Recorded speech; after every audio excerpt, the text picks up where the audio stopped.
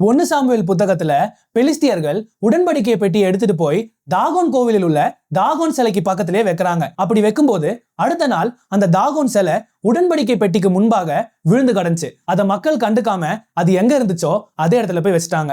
அடுத்த நாள் நீங்க பார்க்கும்போது அதே தாகோன் சிலை உடன்படிக்கை பெட்டிக்கு முன்பாக விழுந்து உடஞ்சி கிடந்துச்சு. இதை பார்த்து மக்கள் எல்லாரும் பயந்தாங்க. அதுக்கப்புறம் ஆண்டவர் மக்களை மூல வியாதியால வாதித்தாரு. இதுல இருந்து என்னங்க நம்ம கத்துக்கலாம்? பரிசுத்த ஆவியானவர் நம்மளுடைய வீட்லயோ நம்மளுடைய சபையிலையோ உலாவும் போது அந்த இடத்துல விக்கிரகம் ஏதாவது இருந்துச்சுன்னா, விக்கிரகம்னா கல்லு மாத்திரம் கிடையாது, கர்த்தரை வைக்க வேண்டிய இடத்துல யாரை வச்சாலும் அவங்க விக்கிரகம் தான்.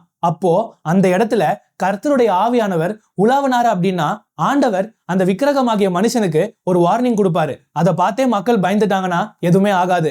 அதை பார்த்து மக்கள் இதெல்லாம் ஒன்றும் இல்லை அப்படின்னு சொல்லிட்டு நீங்க போயிட்டீங்கன்னா அந்த மனுஷனுடைய நிலைமை அந்த தாகோன் சிலை மாதிரி உடஞ்சி போயிடும். ஆண்டவர் அந்த மனுஷனை மாத்திரம் தண்டிக்க மாட்டாரு, அந்த மனுஷனை யாரு விக்கிரகமா வச்சாங்களோ அந்த மக்களையும் சேர்த்துதான் ஆண்டவர் அழிப்பாரு. இவ்விதத்துல பரிசுத்த ஆவியானவர் ஒரு வீட்டிலேயோ ஒரு சபையிலையோ உலாவும் போது மனுஷன் இவ்வளவுதான் அப்படின்னும் தெரிஞ்சிடும், கர்த்தர் எவ்வளவு பயங்கரமானவர் அப்படின்னும் தெரிஞ்சிடும். இதை குறித்து சிந்தித்து பாருங்களேன்.